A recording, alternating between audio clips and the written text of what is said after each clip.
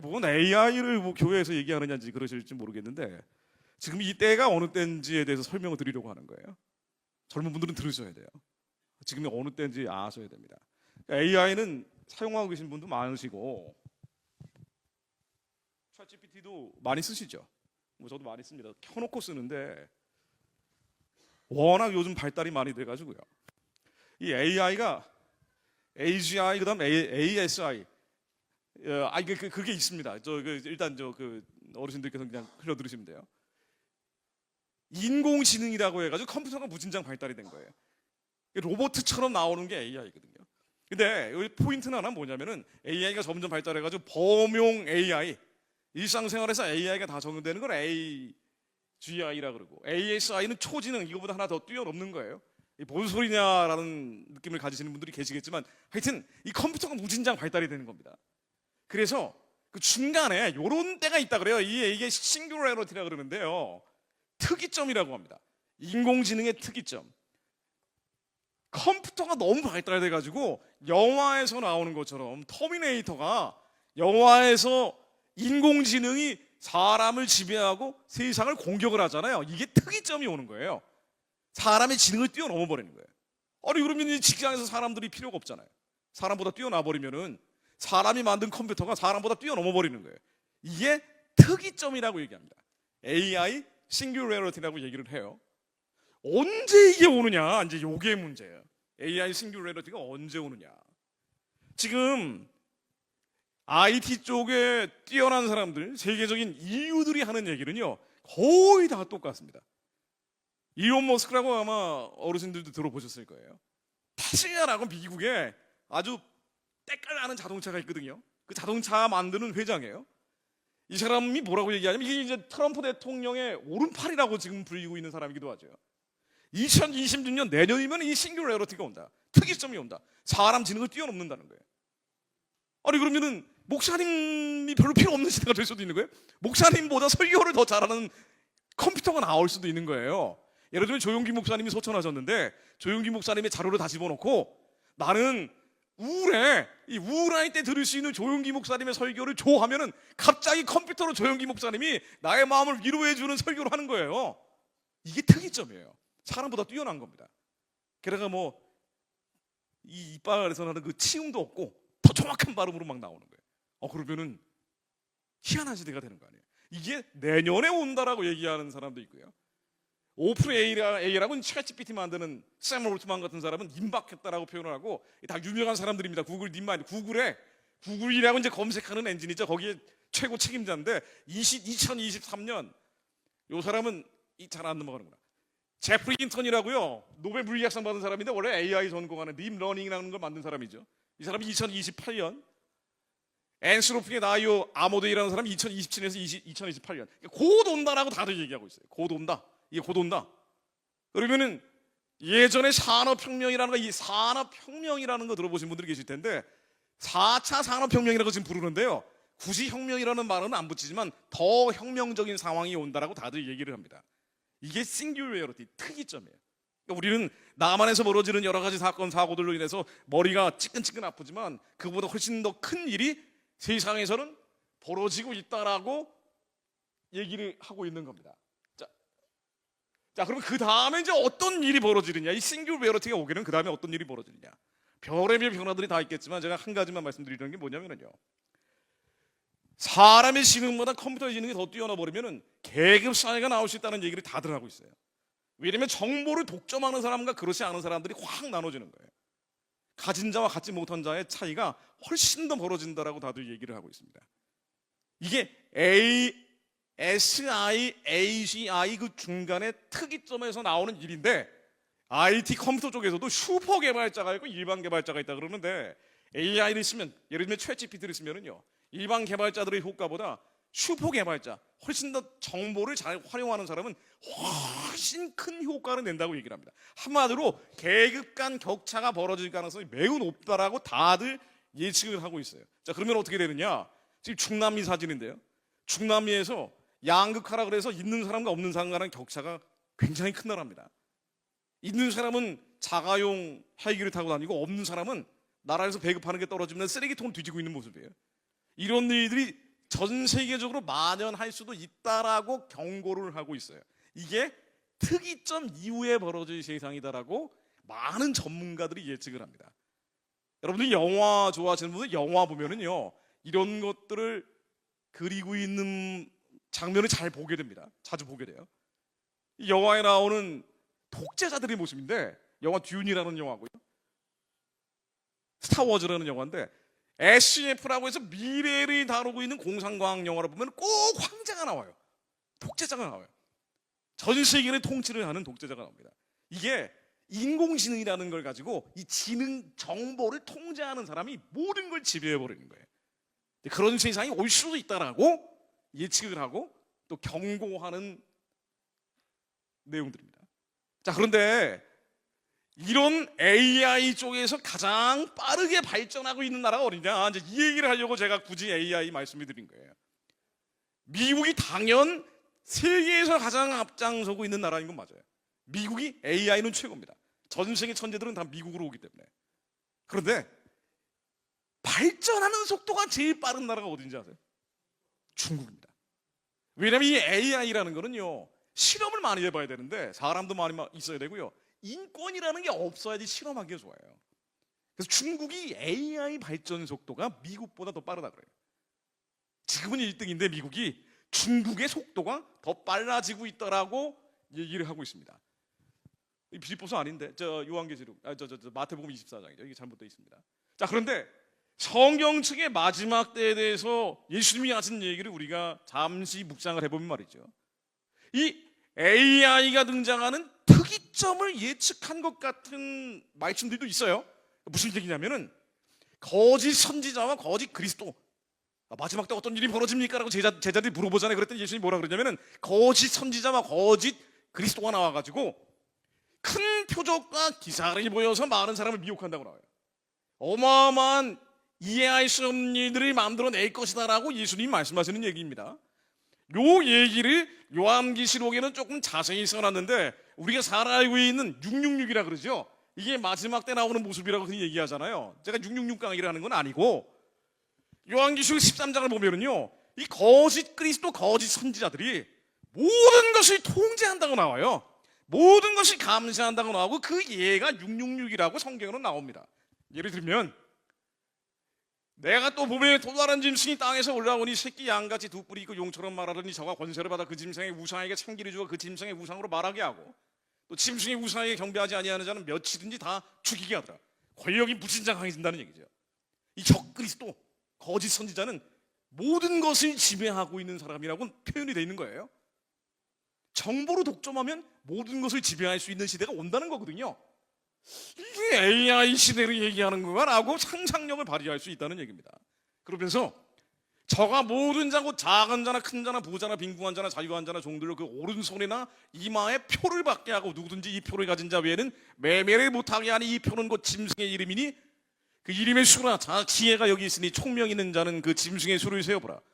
수는 사람의 수니 666이니라. 이 666이라는 게 매매를 못하게 하는 겁니다. 그러니까 권력을 가진 자, 정보를 독점하고 있는 사람이 허락하는 사람만 경제 활동을 할 수 있을 정도로 통제한다는 거예요. 감시한다는 겁니다. 이런 시대가 온다라고 성경은 기록이 되어 있는 거예요. 근데 AI가 특이점을 넘으면 그럴 수도 있다라고 미래학자들이 예측하고 있다는 거예요. 그러니까 좀 심상치 않은 거죠. 그리고 이 AI가 가장 빠른 속도로 발전하고 있는 나라를 보면은 중국이고, 지금 현재 가장 발전해 있는 나라는 미국이다라고 나오고 있는 겁니다. 그래서 미국과 중국 가운데 어느 나라가 더 세계 패권, 헤게모니를 쥐게 될 것이냐라고 많은 사람들이 논쟁을 하는데, 우선 결론적으로 말씀드리자면은 중국이 미국을 뛰어넘는 일은 없을 거예요. 왜냐면 중국 천재들은 다 미국으로 가니까. 앞으로 예수님 오실 때까지 그런 일은 없을 겁니다. 한국 언론은 호들갑을 떨지만 불가능한 일이에요. 다만 한 가지 뭐가 있냐면요, 중국이 워낙 빠른 속도로 발전하고 있고, 특히나 사람을 통제하고 감시하는 데는 세계적으로 앞장서고 있기 때문에 AI, AGI, ASI 이런 쪽으로는 어마어마한 국가적인 투자를 하고 있는 바, 빠른 속도로 발전하고 있는 건 사실이에요. 그리고 빠른 속도로 발전하고 있는 이 통제 체제, 감시 체제가 중국은 물론 재수없게 말이에요, 한국에 영향을 줄 수 있는 건 사실입니다. 이게 문제예요. 미국을 뛰어넘는 건 아닌데 한국이 중국 바로 옆에 붙어 있기 때문에 한국이 그 영향력 아래 들어갈 수는 있어요. 지금 윤석열 대통령 탄핵 사건이라는 건 사실은 조금 더 민감하게 들여다보면 중국 문제거든요. 중국 문제예요. 그래서 오늘 어젠가요? 팍스뉴스, 미국의 유명한 매체죠. 트럼프 대통령을 지지하는 매체기도 하고, 윤석열 대통령 탄핵이라는 것은 중국이 주변 국가들에 대한 영향력을 확대하는 사건이다라고 이렇게 정의를 해놨어요. 미국은 그렇게 보고 있는 거예요. 윤석열이 탄핵되느냐 탄핵되지 않느냐는 중국의 영향력이 한반도까지 오느냐 오지 않느냐로 보는 거예요. 이게 매우 설득력 있는 예측입니다. 그런 중국이 무신장 앞서가는 분야가 이 군사 AI 능력이다라고 얘기하고 있는 겁니다. 44개 유망기술 가운데 37개를 중국이 따로잡으려고 하고 있다. 미국을 넘어설 수는 없는데 한국을 지배할 능력은 충분하다는 거예요. 요게 골치가 아픈 거예요. 아니 뭐 뛰어넘으면 어때? 라고 생각할 수도 있지만 어때가 아니죠. 우리가 넉놓고 있을 문제가 아니죠. 우리나라의 문제기도 하지만 대한민국은 사명이 있는 나라거든요. 부르심이 있는 나라예요. 아니 사명과 부르심 내가 직접 하나님한테 노트로 적은 것도 아니고 나하고 뭔 상관이 할지 모르지만 기도하는 사람들을 통해 대한민국을 잉태케 하셨고, 기도하면서 1948년 5월 11일 날 대한민국 의회가 처음 나왔고, 기도하는 사람들을 통해서 수많은 위경과 위난을 건너온 나라가 대한민국이에요. 순교자들의 피값 위에 세워진 나라가 대한민국입니다. 인구 대비 가장 많은 선교사를 보내고 있는 나라가 대한민국이란 말이죠. 은정교회에 계신 분들은 대한민국의 부르심에 대해서 다 알고 기도하시는 분들이죠. 이 부르심이 있는 나라가 북한이 선교하고 중국이 선교하고 아랍이 선교하고 예루살렘까지 복음 전해야 되는데, 중국은 이 AI 가지고 사람을 통제하고 감시하고 모든 교회를 싹 쓸어버리는 나라란 말이에요. AI가 앞장서면 뭐합니까? 교회가 없는데 시진핑 사진을 십자가 대신 걸고 있는 게 중국 교회란 말이죠. 이 질서 아래 한국이 들어가 버리면 한국 교회가 박살나는 거예요. 작살나는 거예요. 이 민족을 향한 하나님의 부르심이 사라지는 겁니다. 이게 문제라고. 이게 문제입니다. 이게 문제예요.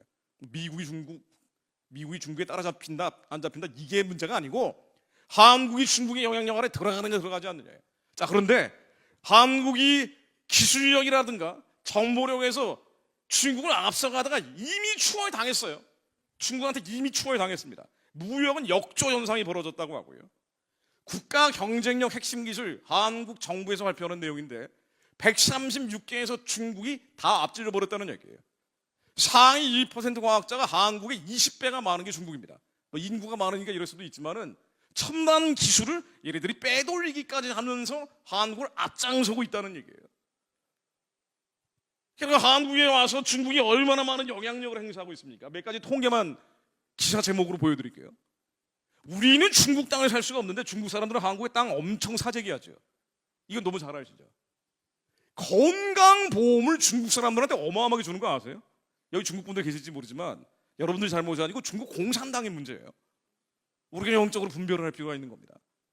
그러니까 보험료를 한국에 와서 이용받고 있는 액수를 따져보니까 1조 8천억 가량 된다고 나옵니다. 중국 사람들에게 주는 건강보험료예요. 중국 공산당이 중국 사람들에게 해줘야 되는 혜택을 한국 정부가 대신 해주고 있다는 얘기입니다.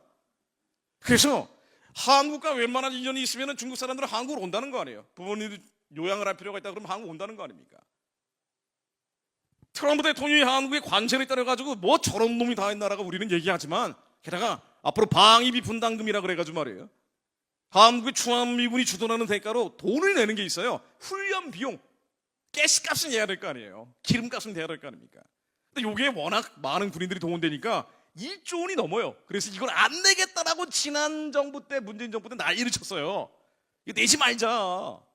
근데 이 돈이 어느 정도 되는 거 아니? 1조 2천억 정도 됩니다, 현재. 근데 중국인들한테 주는 보험료가 훨씬 더 많아요. 이 보험료 줄여서 방위비 분담금을 내야지 차라리. 근데 중국에게 너무 혜택을 많이 주고 있죠. 뭐 이러다 보니까 뭐 별의별 얘기를 해요. 뭐 중국인들 대학 갈 때도 혜택이고 뭐 별의별 얘기하는데 이제 우리가 잘 알아보고 놀란 것은 소통 보고 놀란다고 말이에요. 과장된 얘기들도 있지만 기름기를 다 빼고 팩트만 제가 말씀드리고 있는 거예요. 외국인이 한국에서 투표를 할 수가 있습니다. 한국 사람들은요 외국 가면 투표 못하죠.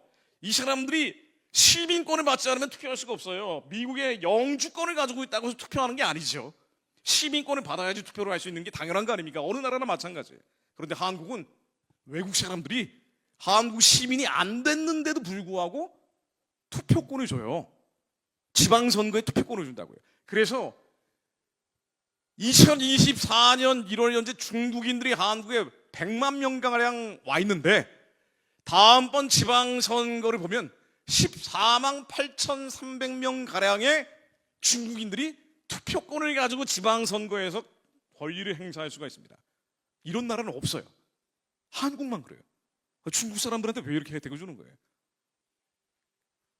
이게 어느 정도 영향을 주냐면요.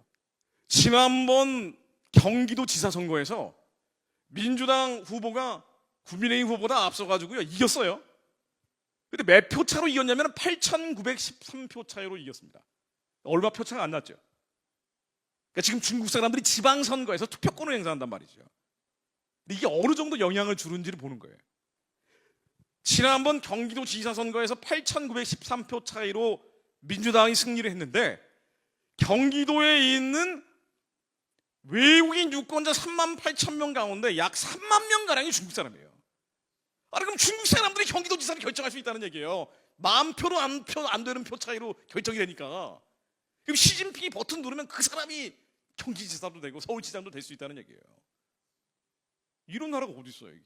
뭐 희한한 나라죠. 중국의 영향력이 너무 커지고 있다는 얘기입니다. 근데 이게 중국이 가만히 있는 게 아니고 차라리 그냥 가만히 있고 한국에 뭐 혜택만 기대하고 있으면 모를까? 가만히 있는 게 아니고 적극적으로 한국의 권리, 권한을 침탈하기 위해서 발악을 하고 있습니다. 왜냐하면 중국은 여당, 야당이 없잖아요. 공산당 하나잖아요. 얘네들이 다 결정을 하니까. 댓글 부대라 그래서 인터넷 댓글 부대가 4천만 명이라 그래요. 근데 이게 실제로 어느 정도 영향을 미치는지 지난번 항저우 아시안 게임 때 확인된 바가 있습니다. 한국하고 중국이 8강전을 벌이고 있는데 한국의 포털 사이트 다음에 한국이 이겨라 중국이 이겨라 클릭해서 버튼 누르는 게 있거든요. 한국의 포털 사이트고 한국어로 돼 있으니까 당연히 한국 사람들이 한국 이겨라라고 클릭해야 될 거 아니에요. 그런데 89%가 중국 이겨라라고 나온 거예요. 이 클릭한 숫자를 보니까 2,900만 건 이상이 클릭이 됐다는 거예요. 근데 한국의 유권자가 2,900만 명이 안 돼요. 뭐야 이게? 그 중국 댓글 부대가 계속 누르고 있는 거예요. 우리가 포털 사이트든 기사든 그 댓글에 달리는 것들이 4천만 명의 중국 댓글 부대가 있으니까 이 사람들이 한국어 배워가지고 이상한 댓글들이 다는 경우가 너무 많다는 얘기입니다. 이러다 보니 촛불 집회에 중국인 유학생들이 몰래 참가하는 것은 이건 뭐 뉴스도 아니죠. 공공연히 사실로 확인된 바가 있고 중앙일보도 보도한 바가 있는 거예요. 이러니 중국이 한국의 기술을 유출하고 도둑질해가는 거, 그나마 한국이 가지고 있는 게 반도체 기술 하나인데 이것 빼가려고 발악을 하고 있다는 얘기예요. 그러니까 작년입니다. 2024년에 해외 기술 유출 27건을 경찰이 검거를 했는데 중국이 반도체를 훔쳐간 게 제일 많다는 거예요.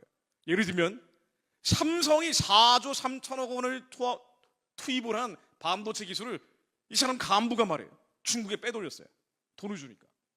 이런 일들이 비일비재하게 벌어집니다. 이 경제 기술만 빼가는 게 아니고 안보 기술도 빼가고 있어요. 바로 얼마 전 일입니다.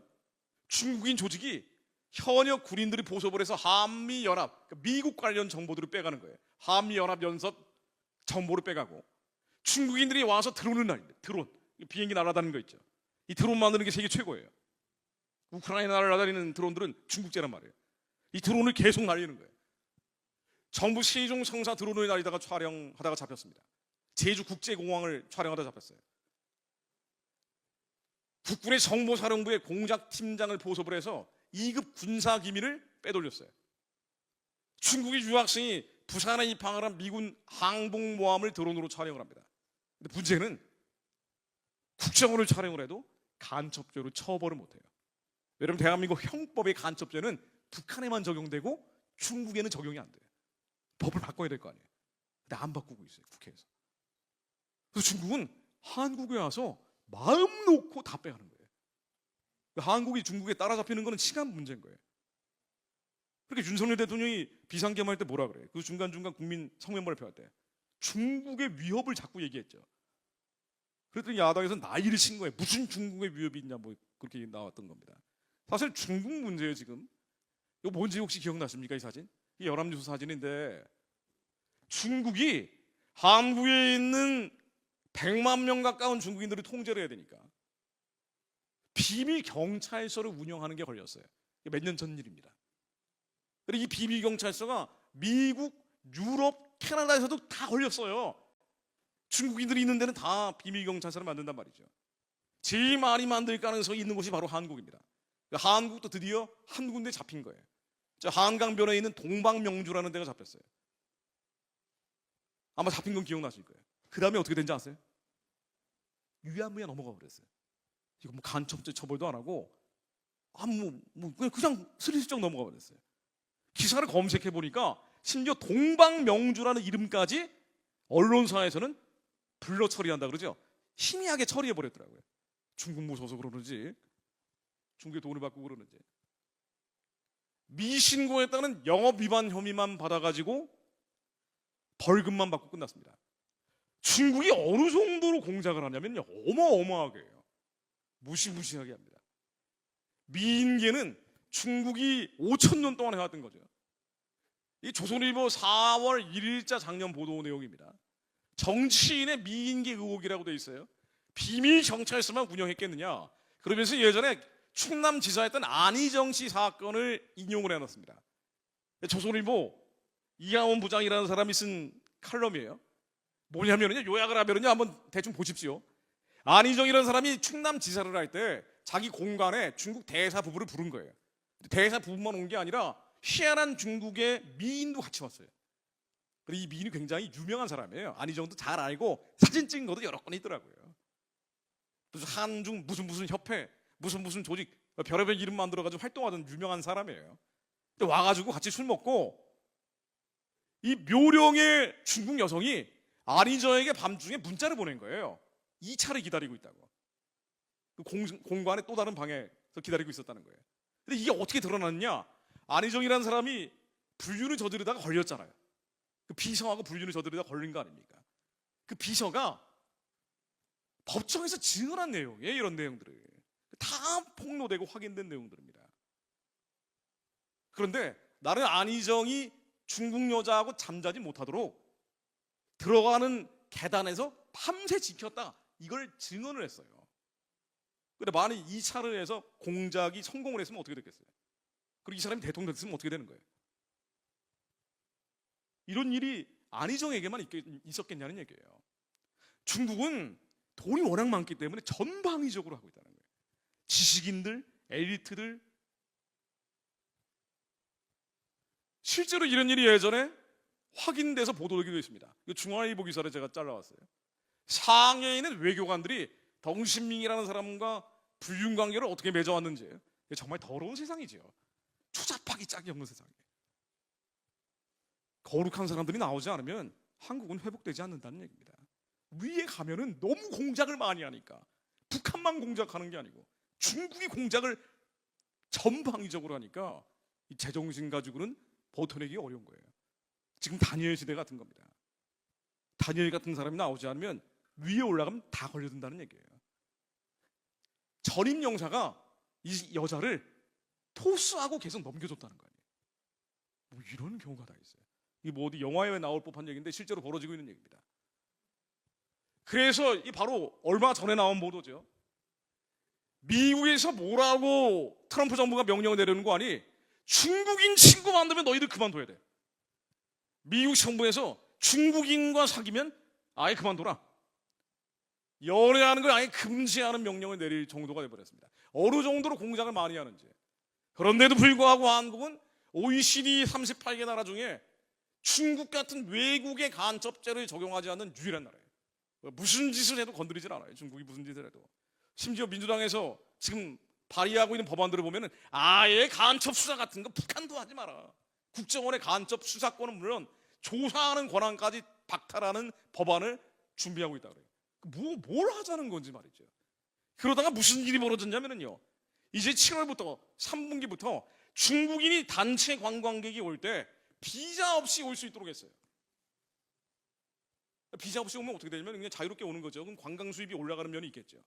호텔 수입도 올라가는 면이 있겠죠. 근데 이 사람들이 와가지고 무슨 짓을 할지 알아요? 촛불 시위 나갈 거 아니에요. 마음대로 댓글 공작할 거 아니에요. 미인계로 할 거 아닙니까? 근데 문을 열어버린 거예요. 문빗장을 열어버린 거예요. 그런데 그 중국이 어떤 나라인데? 중국 공산당이 지배하고 있는데, 유물론 전체주의 질서인데, AI의 적그리스도 질서예요. 중국 공산당은 하나님을 대적하고 성도들을 박해하고 시진핑이 하나님 자리에 올라가 버렸어요. 이 적그리스도 질서가 한반도까지 밀려오니까 한국의 북한 공산당 편드는 친북주의자들은 물론 이나마 그나마 그건 애교였던 거예요. 중국 공산당 편드는 친중주의자들이 너무 많아진 거예요. 지식인 엘리트 중에 돈 벌어먹고 공장 넘어간 사람들이 너무 많아요. 게다가 중국은 널려있는 나라니까 그냥 아무나 가는 거예요.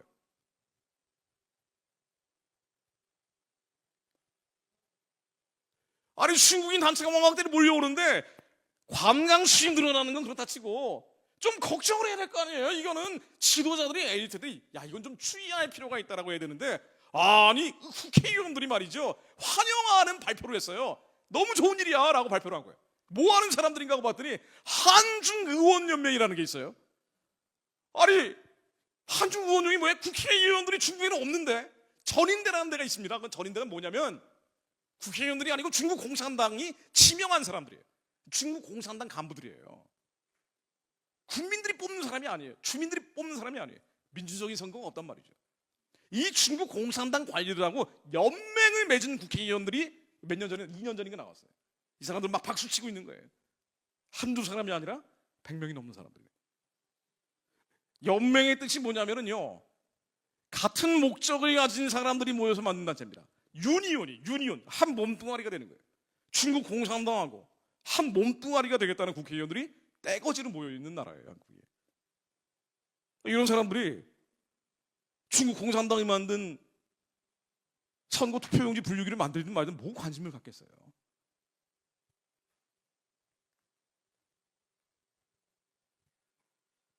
인터넷에 나와 있는 자료입니다. 공산당이 지명한 사람만 입후보할 수 있는 게 전인대다. 여기 들어가 있는 사람 명단이에요. 한중의원연맹인데 아니 민주당은 그렇다 치고 원래 그런 사람들이니까 국민의힘에도 얼마나 많은지 27명이나 들어가 있어요. 아니 그럼 적어도 이런 게 문제가 되면 말이죠. 중국이 서해에 불법 구조물 만들고 있고 우리 바다에 불법 구조물을 만들고 있잖아요. 우리를 끼치고는 못한단 말이에요. 불법 조업을 해도 해경들은 가서 목숨 걸고 막지만 정부 차원에서는 얘기를 못해요. 왜냐면 무역을 해가지고 중국을 통해 돈을 버니까 그럼 국회의원들이 얘기를 해야 될 거 아닙니까? 한중의원연맹 만들어 놓으니까 아무 소리도 못하는 거예요. 국민의힘도 이 꽤나 그럴싸한 사람들도 들어가 있다라고 하는데 그러니까 뭐 싸우는 척만 하는 사람들이에요. 이게 한국의 지식인 엘리트입니다. 어쩔 수 없지만 이건 현실이에요. 아니 이러니 탄핵 정국에서 나라가 어디로 가는지 알 수 없는 그 시기에 윤석열 대통령 탄핵에 가장 앞장섰던 사람이 우원식 국회의장 아니에요? 민주당 소속이고. 이 시진핑을 만나러 가네? 2월 달에 시진핑을 만나러 간 거예요. 민주당 의원들만 간 게 아니라 국민의힘 의원까지 같이 가더라고요. 이 양반은 도대체 왜 간 거예요? 그러니까 중국 공산당의 영향이 너무 커지니까 다들 눈치를 보는 거예요. 살살 눈치를 보고 어떻게 이익을 도모할지를 꾀하고 있는 게 현재 상황입니다. 자, 그런데 이 상황에서 윤석열 대통령 탄핵 사건이라는 게 벌어진 거예요. 탄핵을 지지하건 반대하건 간에 한 가지 분명한 건 뭐냐면요.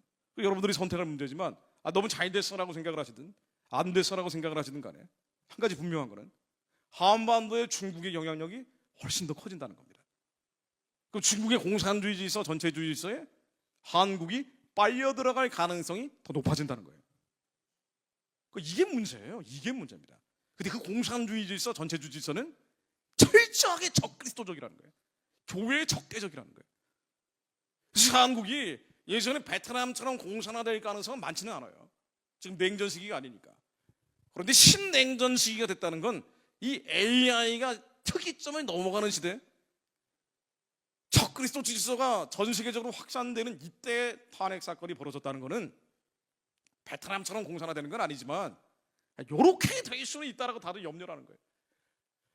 조선시대처럼 중국의 머리 조아리는 시대, 한국 교회가 북한 교회나 중국 교회처럼 힘을 잃어버리는 시대는 될 수 있다는 걸 뜻합니다.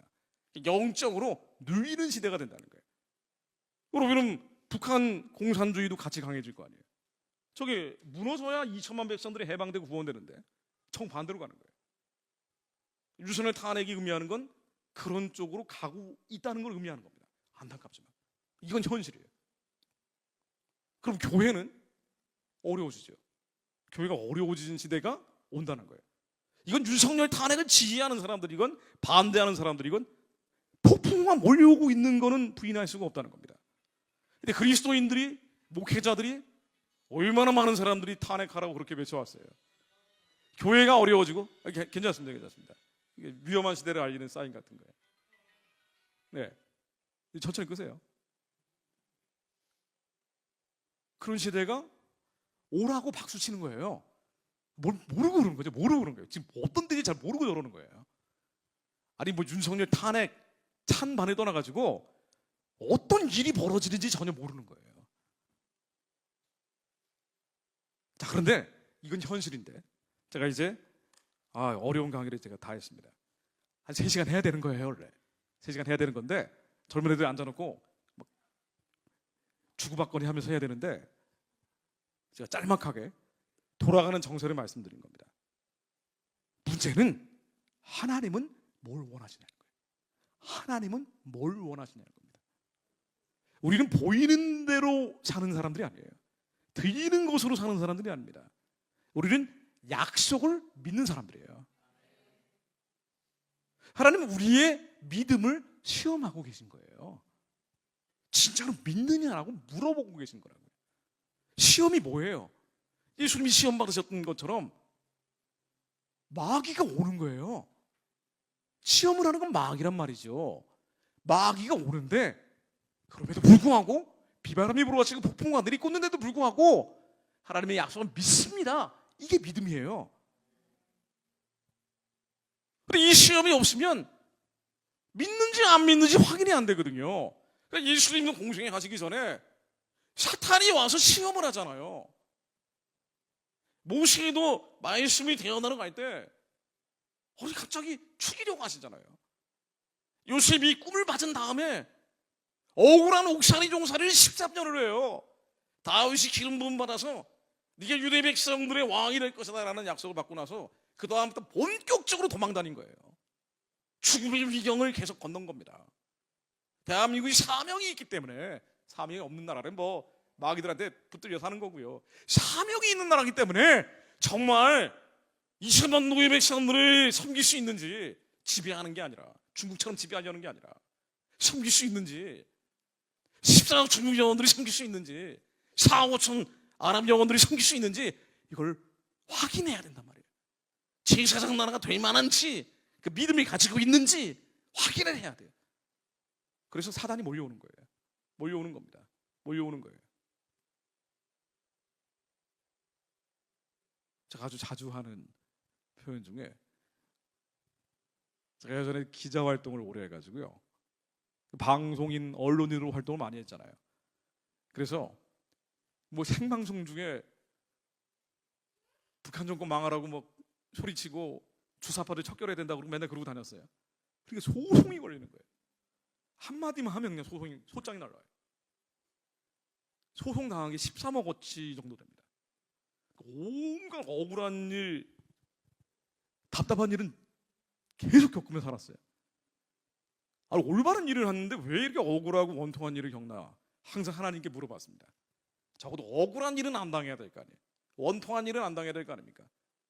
복에 복을 더하고 번성케 하고 번성케 하신다고 했는데, 아니 도대체 이렇게 억울하고 원통한 일을, 말도 안 되는 일을 당한단 말이죠. 한 번으로 끝나면 괜찮은데 계속 나와요. 근데 그때마다 주님께 물어보면은요, 하나님이 주시는 감동은 항상 똑같았어요. 그래도 나를 사랑하느냐? 그래도 약속을 믿느냐? 하나님은 시험하시는 거예요. 시험하시는 겁니다. 부르심이 믿느냐? 소망과 언약을 믿느냐? 대한민국의 사명이 크기 때문에 사단도 가만히 있지 않는 거예요. 총동원되는 겁니다. 교회를 끝장내려고. 우리는 어떻게 해야 되느냐? 여기서 어떻게 해야 되느냐? 하나님의 마음이 뭔지 알고 대언해야 돼요. 하나님의 마음이 어디에 있는지 알고 대신 입술을 열어 선포해야 된다고요. 하나님은 재앙이 아니라 평안을 주시려는 분이에요. 장래일의 소망을 주시려는 분입니다. 도둑질하고 죽이고 멸망시키는 원수들이 하는 거예요. 하나님은 우리가 구한 복 이상의 복을 주시려고 한다고요. 우리가 기대했던 번성 이상의 번성을 주시려고 하는 분이에요. 그런데 비바람이 불고 폭풍과 내리 꽂으니까 낙심되고 낙담되는 거예요. 절망적이 되는 거예요. 이 나라 상황도 마찬가지입니다. 앞으로도 어려워질 수도 있어요. 황당무계한 일들이 벌어질 수도 있습니다. 그런데 그럼에도 불구하고 하나님은 이 나라를 재앙이 아니라 평안, 장래의 소망을 주십니다. 반드시 북한을 열고 중국을 여는 다윗의 열쇠처럼 사용할 것입니다. 우리는 그 믿음을 가져야 하나님이 역사하세요. 믿음은 바라는 것들의 실상입니다. 보시하는 것들의 증거예요. 제가 25년 이 생활을 했어요. 뭐 애국운동 뭐 이렇게 불러대고, 뭐 보수우파 뭐 이렇게 불러대고. 근데 저 이제는 알 것 같아요. 왜 이렇게 억울하고 원통한 일이 많이 겪었는지. 한국의 남은 자들도 억울하고 원통한 일들을 집단적으로 겪을 수도 있습니다. 그러나 하나님이 원하시는 것은 재앙이 아니라 평안이에요. 장래일의 소망입니다. 우리가 의심하면 끝난 거예요. 의심으로 인해 두려움에 빠져버리면 물속으로 쏙 들어가 버린다니까요. 우리 나오는 거예요. 베드로처럼 물에 빠지면 죽는 거예요. 두려움으로 죽는 겁니다. 그럼에도 믿느냐? 그럼에도 믿느냐? 그럼에도 정말 하나님의 약속과 언약을 믿느냐? 대한민국이 북한의 해방과 구원과 살인한 사람들과 함께 14억 중국 영혼들을 섬기게 될 것을 믿느냐? 그걸 믿으면 그 믿음으로 선포하는 거예요. 하나님은 그걸 원하시는 겁니다. 대한민국은 윤석열 대통령이 탄핵되건 탄핵이 안 되건 어차피 에스겔의 마른 뼈였어요. 좀 죄송한 말씀이지만 이게 썩지 않은 부분이 없는 거예요. 너무 악하고 너무 음란해서 중국 애들이 공작하기엔 딱 좋은 거예요. 제가 예전에 국회의원들하고 중국에 간 적 있잖아요. 저는 탈북자 취재한다고 빠지고 그 몇 사람이 간 거거든요. 의원들은 다른 데 가더라고요. 3일 뒤에는 180도 태도가 달라져 있어요. 뭐하고 왔는지. 그런 거예요. 지식 있는 엘리트들이 그렇게 가고 있다고요. 이상이 알거나 말하고 있는 언론인들, 북한 공작은 법으로라도 막죠. 중국 공작은 법으로도 못 막으니까 마구잡이로 받아쳐먹는다고, 먹게임처럼. 어떻게 할 겁니까? 우리의 힘으로 능으로 할 수 있는 영역이 아니에요. 하나님이 개입하셔야 돼요. 하나님이 북한의 해방을 구원하실 것을 믿습니까? 주님 말씀으로 임해 주옵소서. 여러분들이 두려운 상황이 오고 걱정, 근심, 염려할 수밖에 없는 현실이 와도 그 믿음을 가지고 있으면 하나님이 개입하십니다. 하나님 반드시 역사 속에서 모습을 드러내세요.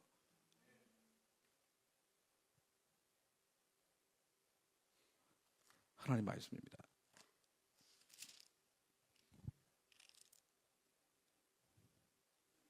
열왕기하, 제가 그냥 읽을게요. 열왕기하 6장 16절로 대답하되 두려워하지 말라. 우리와 함께한 자가 저와 함께한 자보다 많으니라 하고 기도하여 가로되 여호와여 원컨대 저의 눈을 열어서 보게 하옵소서 하니 여호와께서 그 사환의 눈을 여심에 저가 보니 불만이가 불병거가 산에 가득하여 엘리사를 둘렀더라.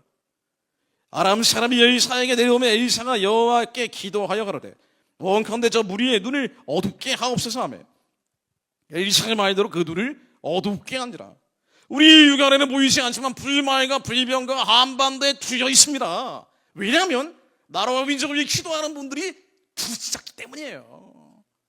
기도의 양이 올라가 있기 때문에 하나님께서 다 레디 고 준비하고 계신 거예요. 뭘 준비하고 계십니까?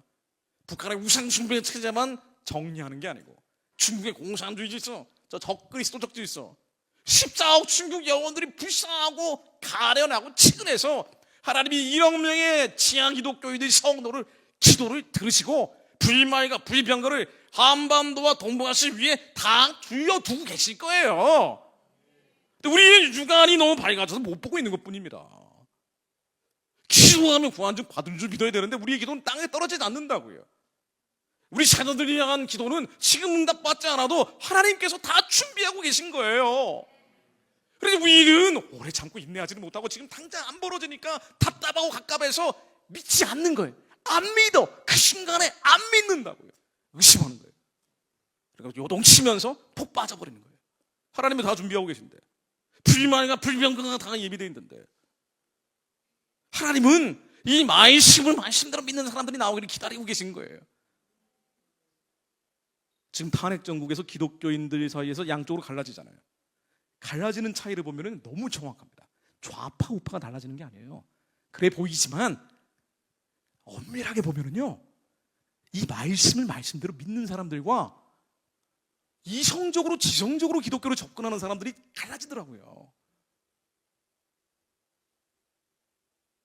이 말씀대로 믿는 사람들이 나와야 하나님이 주신 약속과 언약과 비전과 소망이 실제가 됩니다. 우리 마음속에 하나님이 주신 부르심의 소망이 있는데 의심하면 끝난 거예요.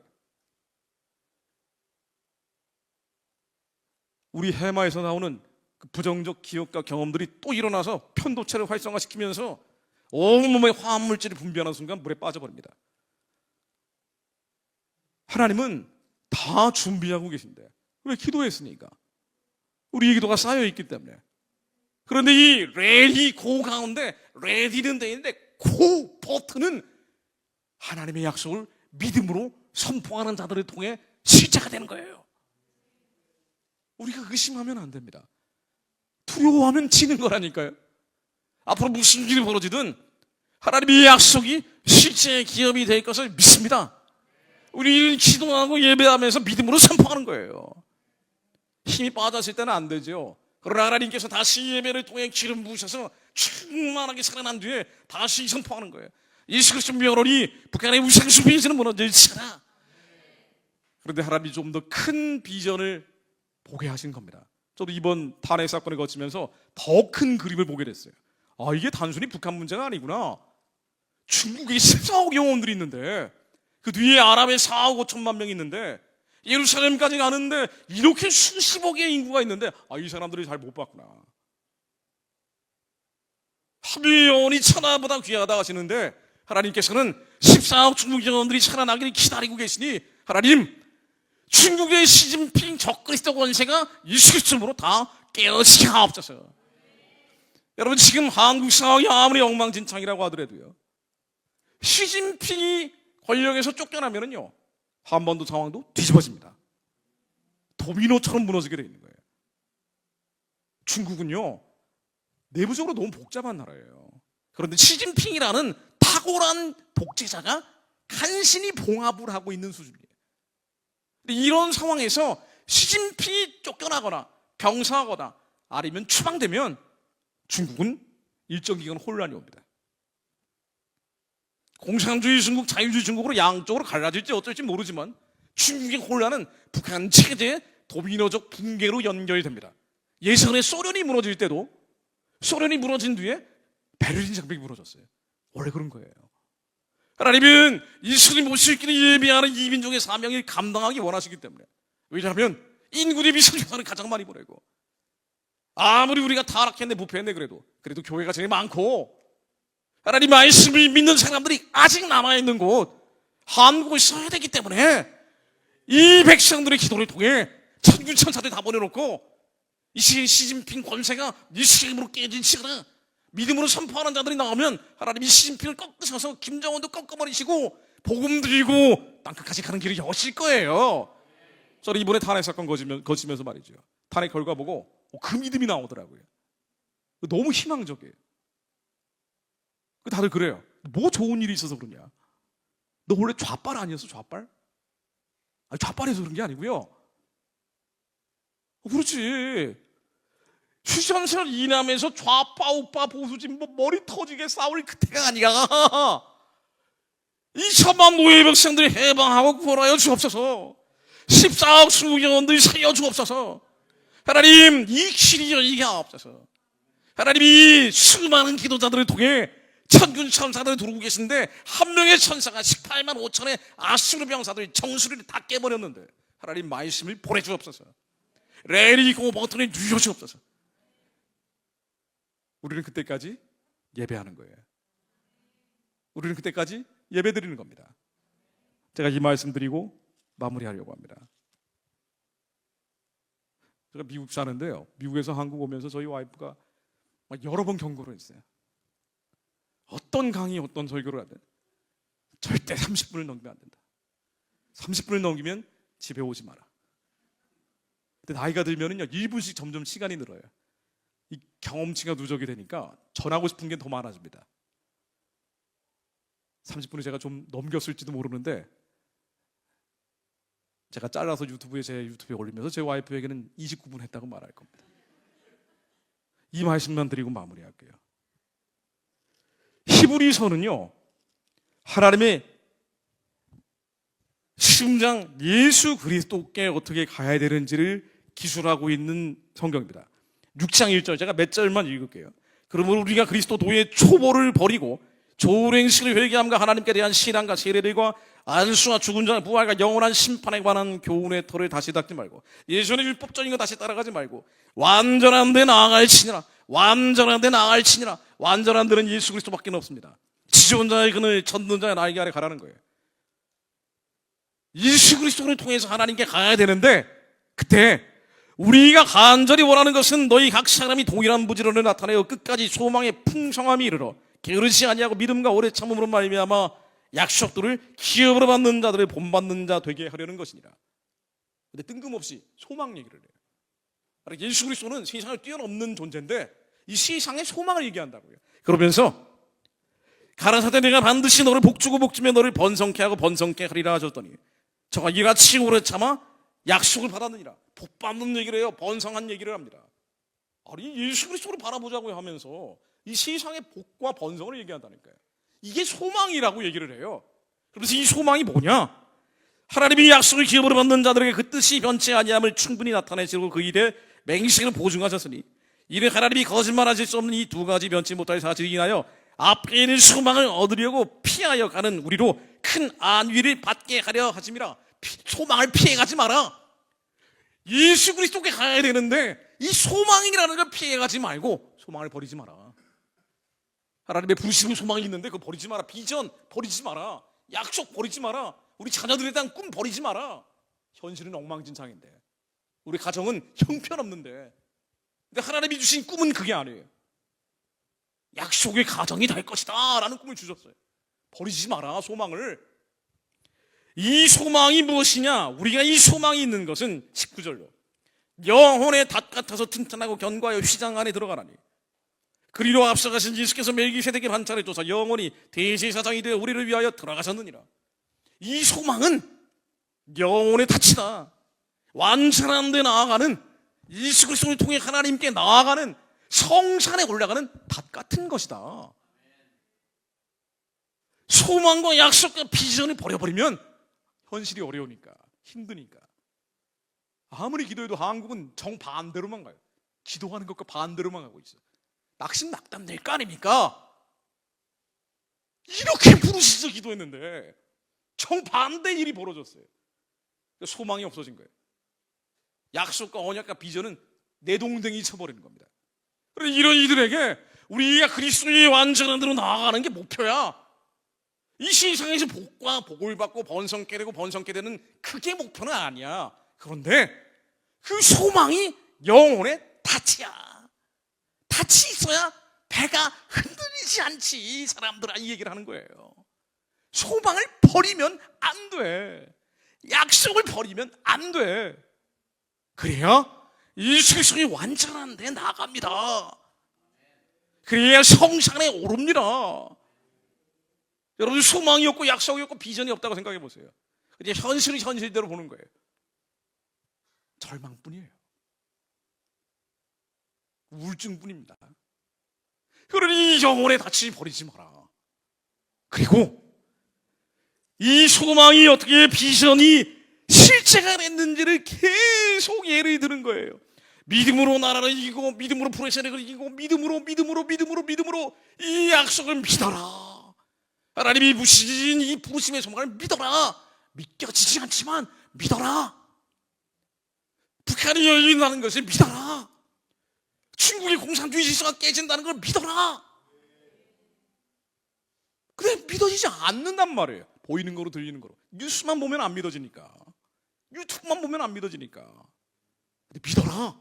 그리고 우리가 잘 안 믿어지니까 이 죄성이 자꾸 나오니까 말이에요. 히브리서 10장 19절로 이렇게 얘기합니다. 여러분의 형제들아, 우리가 예수의 피를 힘입어 성소에 들어갈 담력을 얻었나니 그 길은 우리를 위하여 휘장 가운데로 열어놓으신 새롭고 상한 길이요, 휘장은 곧 저의 육체니라. 또 하나님의 집 다스리는 큰 제사장이 계시며 우리가 마음의 뿌림을 받아 양심의 악을 깨닫고 몸을 맑은 물로 씻었으니 참 마음과 온전한 믿음으로 하나님께 나아가자. 또 약속하신 이는 믿으시니 우리가 믿는 도리의 소망을 움직이지 말고 굳게 잡아 예수의 피를 힘입어 성소에 담대하게 들어가는데, 우리는 그리스도의 완전한 도를 향해 가는데, 그게 목표거든요. 우리는 복음 통일이 목표가 아니에요. 북한 해방, 북한 구원의 목표가 아닙니다. 중국의 14억 영혼들을 섬기는 것도 목표가 아니에요. 근데 그게 목표가 아니고 예수 그리스도의 완전한 도에 나가는 게 목표예요. 예수님이 목표라고요. 그런데 이 소망이 있어야 영혼의 닫은 역할을 하니까 이 소망을 버리지 말고 굳게 잡아라. 굳게 잡아. 그리고는 자꾸 안 믿어지니까 안 믿어지잖아요. 서로 돌아보아 사랑과 선행을 격려하며 모이기를 패하는 어떤 사람들의 습관과 같이 하지 말고 오시거나 그날이 가까이 볼수록 더욱 그리하자. 안 믿어지니까 모여서 예배해라. 이거 그만두면 반드시 실족한다. 마지막이 가까이 오면 올수록 더 그렇다. 하나님이 약속과 소망과 비전이 있는데 안 되는 현실이 자꾸 펼쳐지고 악인들이 즉세를 하고 나쁜 놈들이 창고를 하고, 이건 뭐야 이거. 기도해도 응답도 안 되고 도대체 천군 천사는 와 있다는데 레디만 하고 있고 고는 안 하고 말이죠. 이게 뭐야 하고 있을 때 우리의 믿음이 약해지니 믿음 그 소망을 믿고 서로 모이기를 패하지 말고 모여서 예배해라. 저 땅이 열리는 엄티기도의 그날까지 예배해라. 예배해라. 우리의 역할은 그겁니다. 주님이 이 민족적 부르심을 이루는 그날까지 예배하는 거예요. 계속 예배하는 겁니다. 그래서 하나님이 기름 부으셔서 지혜와 시승과 총명과 모략의 영으로 충만해지면 힘이 다 빠졌을 땐 그거 안 돼요. 내 하나님이 기름 부으셔서 충만해지면 그때 선포해요. 그때 믿음으로 선포하는 거예요. 우리의 사자들아, 너희는 살아날지어다. 너희가 무덤을 열고 살아날지어다. 너희가 살리라. 너희가 살리라. 생명아 들어갈지어다. 북한은 열릴지어다. 중국의 우상체제는 무너질지어다. 하나님 말씀으로 이 민족에 임하여 주옵소서. 말씀으로 이 열방 위에 임하여 주옵소서. 하나님은 저희의 믿음을 굳건히 하여 주옵소서. 보이는 것을 흔들리지 않게 하옵소서. 뒤이는 것을 요동치지 않게 하옵소서. 하나님의 약속을 저희들이 믿습니다. 하나님, 주님 말씀 가운데 저희들에게 임하여 주시니 감사드립니다.